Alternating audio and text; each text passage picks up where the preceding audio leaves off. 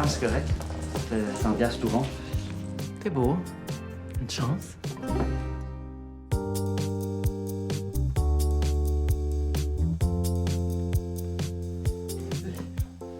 Bonjour les sportifs, ici Daniel Parent, je joue le rôle de Bernard dans la série Catastrophe. Bernard, c'est... je pense que Bernard a été coulé dans le beige, dans le gris. Bernard, c'est un énergumène, c'est un être unique, c'est comme s'il vivait dans une sphère parallèle où toutes ses sensations et tous ses désirs, il est traduit instantanément. Et vous, c'est quoi votre secret pour jamais tomber enceinte? Ben, de la même manière que je mets pas le facteur enceinte. Là. Non, Margot puis moi, on n'a pas fait l'amour depuis au moins 2 ans. Comment ça, man? T'as FPS? Ça vient jamais assez long pas assez dur pour traverser les crises de gouffre qui s'écreusent entre nous deux. Et il est très imagé. Ce que j'aime, c'est la force des images chez Bernard.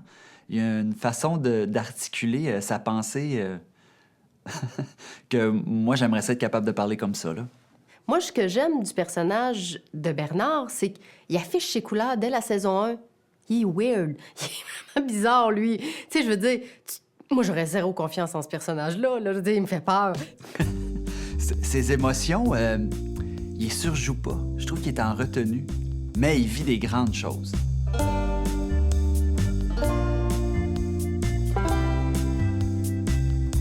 Je m'ennuie de toi. Bon, écoute, Bernard, je suis désolée que tu te sentes seule. C'est pas ça. Tu sais, c'est quoi mon problème à moi, Bernard? C'est que tu t'ennuyais pas de moi quand j'étais là. Margot. Mais là, il y a quelqu'un d'autre qui me caresse le visage. Il y a quelqu'un d'autre qui a vraiment envie de me caresser le visage. Et mes seins, et ma... OK, c'est beau! Je pense que Margot, je pense qu'elle a un grand vide. Je pense qu'elle a besoin de vivre. Elle a pas de vie. Margot lui fait sentir que le quotidien, c'est pas assez.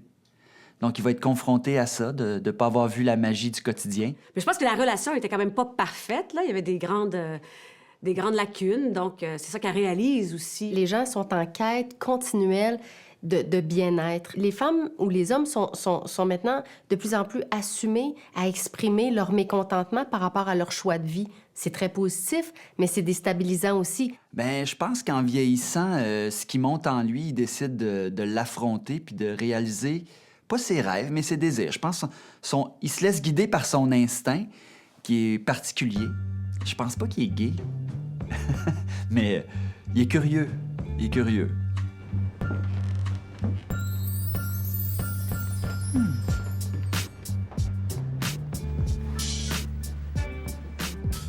Bon, ben OK, je plonge. Je trouve que c'est une super belle scène. Et je trouve que le côté émotif ressort, le côté j'y vais pas. Je trouve ça tellement drôle d'avoir mis des mots sur ce fantasme-là ou ce désir-là. OK, disons-le, un peu tordu, là. C'est un désir un peu tordu pour la majorité du monde. Peut-être pas pour moi, mais qui sait? Je dévoilerai pas tous mes secrets. Mais c'est toujours un peu confrontant pour l'acteur. Et on oublie vite que une fois que la scène est coupée, ben on reste nu-fesse, puis on discute du jeu en ayant le paquet dans une poche de thé. Non, moi, j'ai eu à embrasser une femme, Caroline Néron, il y a très longtemps, là, il y a peut-être 15 ans. Donc, ça m'a pas dérangée.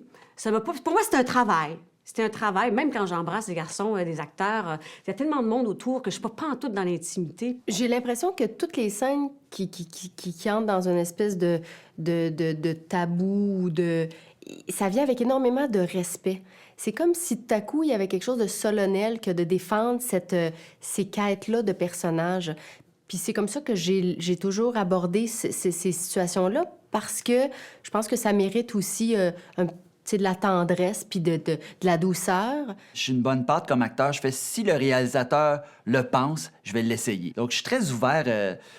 Comme comédien, il y a pas grand... Ma pudeur se situe ailleurs que dans le jeu.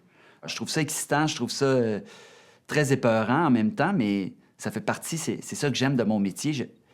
Il y a rien de... Comment je peux dire? J'ai pas tout joué encore. T'es un gars wild. Je m'attendais pas à ça. Ouais.